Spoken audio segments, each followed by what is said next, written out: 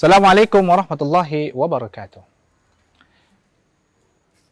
Bismillahirrahmanirrahim. Alhamdulillah, walhamdulillah, thumma alhamdulillah. Wassalatu wassalamu ala Rasulillah wa ala ahli baitihi wa azwajihi wa dhurriyyatihi wa alihi wa ashabihi wa hisbihi wa man sanna bi sunnatihi wa man da'a bi da'watihi wa man jahada bi jihadi wa ummatihi ajma'in. Amma ba'du. Para pemirsa MNF TV rahimakumullah, di antara lintasan sejarah umat Islam yang panjang hingga sekitar kurang lebih 8 abad hitungan kita, itu adalah masa khilafah Abbasiyah, baik yang di Baghdad maupun yang di Mesir. Masa khilafah Abbasiyah memang masa yang boleh dikatakan disepakati banyak pihak sebagai masa kejayaan umat Islam, masa kemajuan umat Islam. Ya. Tentu ini bukan tanpa fakta. Gitu. Ini diakui berbagai pihak, ya, baik orang yang bahkan orang yang mungkin benci dengan Islam, gitu, karena 8 abad ini luar biasa, ya, sangat panjang, gitu, dengan berbagai kontribusi yang ada. Dan di antara yang sering kemudian menjadi ukuran khilafah Abbasiyah itu adalah kemajuan adalah perkembangan ilmu pengetahuan yang luar biasa di masa itu. Di masa khilafah Abbasiyah, saqafah Islam, ya, pengetahuan yang berdasarkan akidah Islam ataupun sains dan teknologi memang berkembang luar biasa. Dan khusus untuk sains teknologi ini yang berkontribusi bukan hanya umat Islam, gitu. Bahkan orang-orang kafir di dunia Islam saat itu juga berkontribusi, ya. Dan sekali lagi semuanya memang disepakati ini adalah peran para khalifah dan pejabat-pejabatnya, gitu. Terutama di masa-masa khilafah Abbasiyah awal. Para pemirsa MNF TV rahimakumullah, ya. Apa saja yang kemudian yang berkembang, ya? Ilmu pengetahuan apa yang berkembang di masa khilafah Abbasiyah? Ya, yang pertama misalnya perkembangan studi ilmu Al-Quran. Luar biasa. Ya. Di masa khilafah Abbasiyah, Al-Quran dalam hal ini mushafnya itu semakin disempurnakan. Ya, semakin disempurnakan, yang kalau dulu mungkin ada namanya titik untuk tanda baca, nah, sekarang mulai diganti lebih mudah lagi menjadi dengan syakal. Sesuatu yang mungkin hanya kita kenal dengan fathah, kasrah, dhammah, dan seterusnya. Ya. Jadi semakin memudahkan, ya, bagi umat Islam non-Arab untuk kemudian membaca Al-Quran melalui mushaf. Selain itu, ya, perkembangan studi qiraat Al-Quran semakin luas. Ya. Nanti dikenal di masa berikutnya dengan qiraah mutawatirah, qiraah asyrah, qiraah sab'ah. Nah, itu memang sebagian berkembang di masa Umayyah. Namun perkembangan paling pesat itu di masa Abbasiyah, gitu. Terutama rawi-rawi setelahnya, apa yang kita hari ini, gitu kan. Itu semua kembali kepada di masa-masa Abbasiyah, ya. Di bacaan-bacaan, kemudian mushaf tadi itu sekali lagi itu berkembang pesat di masa Abbasiyah. Lebih daripada itu, ya, di masa Abbasiyah mulai bermunculan gerakan yang lebih luar biasa lagi, yaitu apa? Ya, gerakan penafsiran Al-Quran.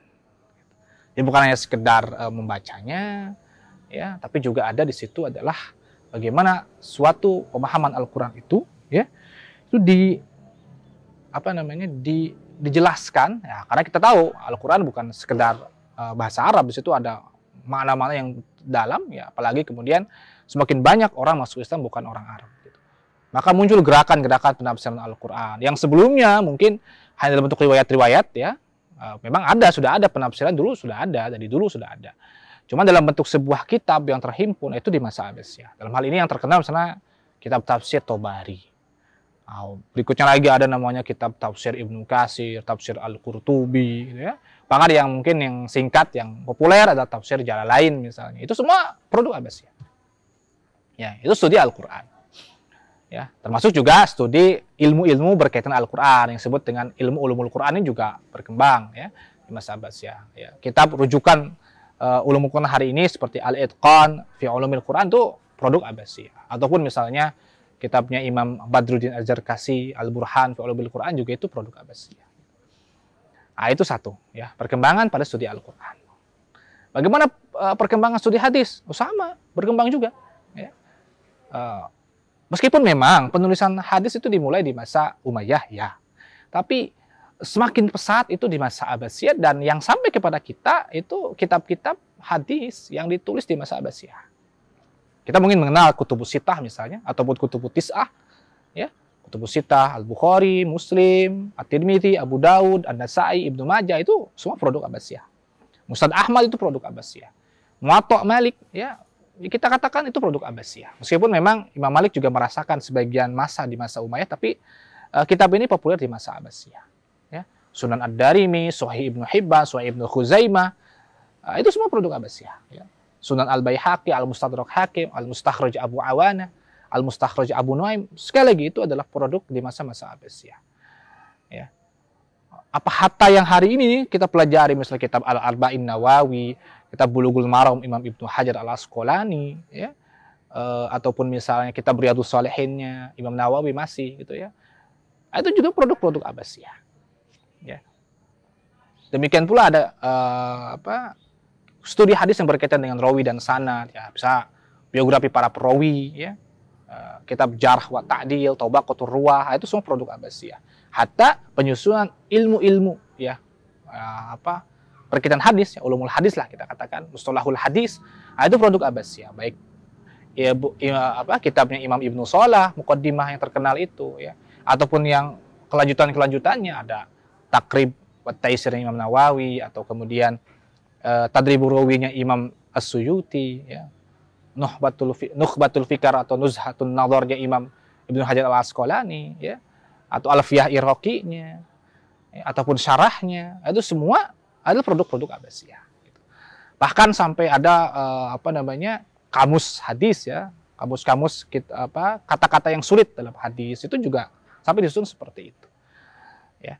Nah ini termasuk ya nih yang tidak boleh lupakan adalah kitab syarah hadis, ya, bagaimana hadis-hadis tadi yang Kutubus Sittah misalnya itu disarah, dijelaskan, yang berbagai disiplin ilmu yang berkaitan, itu juga di masa Abbasiyah. Jadi boleh kita katakan studi hadis itu ya berhutang besar pada masa-masa Abbasiyah ini. Ya.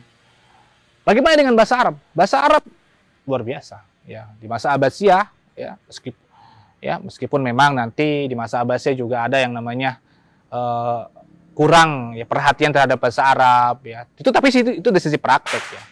Karena memang banyak penguasa yang saat itu kurang kemudian perhatian terhadap bahasa Arab. Tapi dari sisi keilmuan itu tetap berjalan. Ya, tetap berjalan, disusun kitab-kitab bahasa Arab, ya, makanya rujukan-rujukan kajian nahwu, shorab, badi, ma'ani, bayan, lughah dan sebagainya itu semua merujuk pada umumnya pada kitab-kitab yang ditulis pada masa-masa Khilafah Abbasiyah. Ya, kitab Al-Ajrumiyah itu produk Abbasiyah. Alfiyah Ibnu Malik itu produk Abbasiyah. Ya. Ya kita tahu ada yang namanya mazhab Kufiyin, Basriyin, mazhab Baghdad, mazhab Andalus, semua terjadi di masa Abbasiyah. Ya, Imam Sibawai yang terkenal itu perlu Abbasiyah. Imam Kisai itu ulama-ulama Abbasiyah. Imam Khalil, ya, itu ulamanya Abbasiyah. Gitu. Ya, nah ini bahasa Arab. Ya, hari ini kalau orang belajar Mi'rab, Balaghah, Nahwu, Shorab, ya berhutang pada masa-masa Abbasiyah ini. Ya. Maka sampai disusun kamus-kamus bahasa Arab, ada Lisanul Arab, ada Al-Qamusul Muhit, ya, itu semua produk dari khilafah di masa-masa khilafah Abbasiyah. Apakah hanya sampai situ? Oh tidak. Ya, ada misalnya kitab-kitab yang berkaitan dengan ilmu kejiwaan, misalnya, bagaimana menata jiwa supaya lebih baik, lebih bersih, ya, lebih tenang, lebih tentram, dekat kepada Allah. Nah, itu dikenal dengan ilmu tasawuf, termasuk akhlak di situ, ada bimbingan akhlak, pendidikan dan seterusnya. Itu juga berkembang, ya. Terkenal di sini Ihya Ulumuddin itu produk Abbasiyah. Yang ini bahkan diajarkan Wali Songo begitu ya di Nusantara, di Pulau Jawa khususnya. Nah, ini produk Abbasiyah gitu ya. Kitab-kitab Imam Ghazali itu jelas itu produk Abbasiyah, ya. Imam Abdul Qadir Al-Jilani itu adalah ulama Abbasiyah gitu. Jadi kalau orang hari ini belajar tentang mencari tentang teori kebahagiaan, teori ketenangan hati dan sebagainya, ya itu semua adalah mau tidak mau ya bagi umat Islam merujuk pada kitab-kitab yang ditulis pada masa Abbasiyah. Begitupun ya umat Islam ternyata juga punya perhatian kepada ilmu-ilmu rasional. Ya, makanya di situ ada yang dikenal dengan ilmu kalam. Ya, memang awal tujuannya adalah menjaga akidah dari orang-orang kafir ya. Tapi di situ akhirnya berkembang kajian-kajian rasional, logis dan rasional. Banyak kitab-kitab yang berkaitan dengan itu. Ya. Banyak ulama-ulama yang concern di situ. Dan hari ini kalau orang belajar hubungan akal dengan Islam itu mau tidak mau merujuk pada kitab-kitab Abbasiyah gitu. Ya. Terutama yang berkaitan dengan akidah apalagi gitu. Ya. Apakah hanya itu saja? Oh ada ya kitab-kitab berkaitan dengan sejarah, tarikh lah kita katakan demikian. Ya, nasab, ya, bahkan tarikh atau sejarah tempat tertentu, ya, kemudian berkaitan dengan nasab, ya, atau berkaitan dengan biografi-biografi tokoh-tokoh tertentu, gitu. Atau yang paling fenomenal tentu adalah sejarah Nabi dan para sahabat. Itu lengkap di masa Abbasiyah. Bahkan biografi para perawi itu lengkap ya, di masa-masa Abbasiyah. Itu semua kita rujukannya ke sana, gitu. Ya. Jadi berkaitan dengan sejarah, biografi, itu juga disusun perkembangan ilmu seperti itu. Sehingga diantaranya kan kita akhirnya bisa mengetahui oh hadis ini sahih atau tidak, diantaranya dibantu oleh ilmu-ilmu seperti ini. Gitu. Ya. Apakah ada yang lain yang berkaitan dengan ilmu keislaman? Oh tentu ada. Ya. Ya selain tadi ilmu yang berkaitan dengan ilmu-ilmu dasar, juga ada berkaitan dengan aturan kehidupan. Ya. Termasuk kaidah-kaidahnya, pokok-pokoknya, dikenal dengan ilmu fikih, usul fikih, qawaid fikhiyah, sangat berkembang di masa Abbasiyah. Kita hari ini belajar hukum Islam mau tidak mau selalu merujuk kepada kitab-kitab karya ulama Abbasiyah. Mazhab-mazhab besar hari ini semuanya muncul di masa Abbasiyah. Dan bahkan di masa lalu itu mazhab-mazhab fikih Islam itu lebih daripada 4 gitu. Meskipun yang bertahan mungkin hari ini yang terkenal 4 atau ditambah dengan beberapa mazhab di luar Ahlus Sunnah misalnya. Jadi namanya mazhab Abu Hanifah, mazhab Malik, mazhab Syafi'i, mazhab Ahmad bin Hambal, itu semua adalah mazhab yang lahir, berkembang ya, kemudian disusun kitab-kitabnya di masa Khilafah Abbasiyah. Ya. Jadi kontribusi dunia Islam ya oleh Khilafah Abbasiyah itu luar biasa gitu. Ya, kita hari ini mau belajar kitab Matan Takrib misalnya itu produk Abbasiyah gitu. Minhajut Thalibin Nawawi itu produk Abbasiyah gitu. Ya paling ya yang bukan paling hasiah-hasiahnya aja itu masa-masa setelahnya. Tapi secara umum matannya dan seterusnya itu masa Khilafah Abbasiyah gitu. Dan ini tentu hukum Islam itu kan berkaitan kehidupan erat kaum muslimin gitu ya. Maka kita beramal sehari-hari mulai dari toharoh, bersuci sampai ngurus negara ya, bahkan sampai ada kitab-kitab khusus tentang itu. Ada Al-Ahkamus Sultaniyah ya. Imam Mawardi misalnya, atau Al-Ahkamus Sultaniyah Imam Abu Ya'la itu kan tentang tata negara. Pasal situ ada sistem keuangannya juga, ada hukum pidananya juga gitu. Kemudian ada kitab-kitab berkaitan keuangan khusus seperti Al-Amwal Imam Abu Ubaid atau Al-Kharraj Imam Abu Yusuf misalnya. Itu juga itu khusus sistem keuangan negara gitu. Ya itu yang luar biasa gitu, yang jauh lebih modern dibanding hari ini. Jadi orang ada yang kalau hari ini orang mencari-cari hukum yang seperti apa, ya produk-produk Abbas itu luar biasa. Tinggal disempurnakan saja sebetulnya. Tidak harus mencari-cari yang lain-lain gitu. Dan sekali lagi itu semua produk-produk Abbasiyah. Lalu apakah memang hanya Khilafah Abbasiyah itu hanya berkembang masalah keislaman saja? Tidak ternyata. Ya. Ilmu sains teknologi juga berkembang pesat ya. Bahkan di masa Khilafah Abbasiyah ini, terutama Baghdad dan Cordova ini menjadi jembatan antara ya ilmu-ilmu orang Yunani, Mesir, India, Persia itu ke dunia modern hari ini gitu. Eropa dengan kebangkitannya hari ini, misalnya Renaissannya, Aufklärungnya gitu ya, revolusi industrinya dan sebagainya, itu mau tidak mau itu berhutang besar kepada perkembangan sains dan teknologi di masa Khilafah Abbasiyah gitu.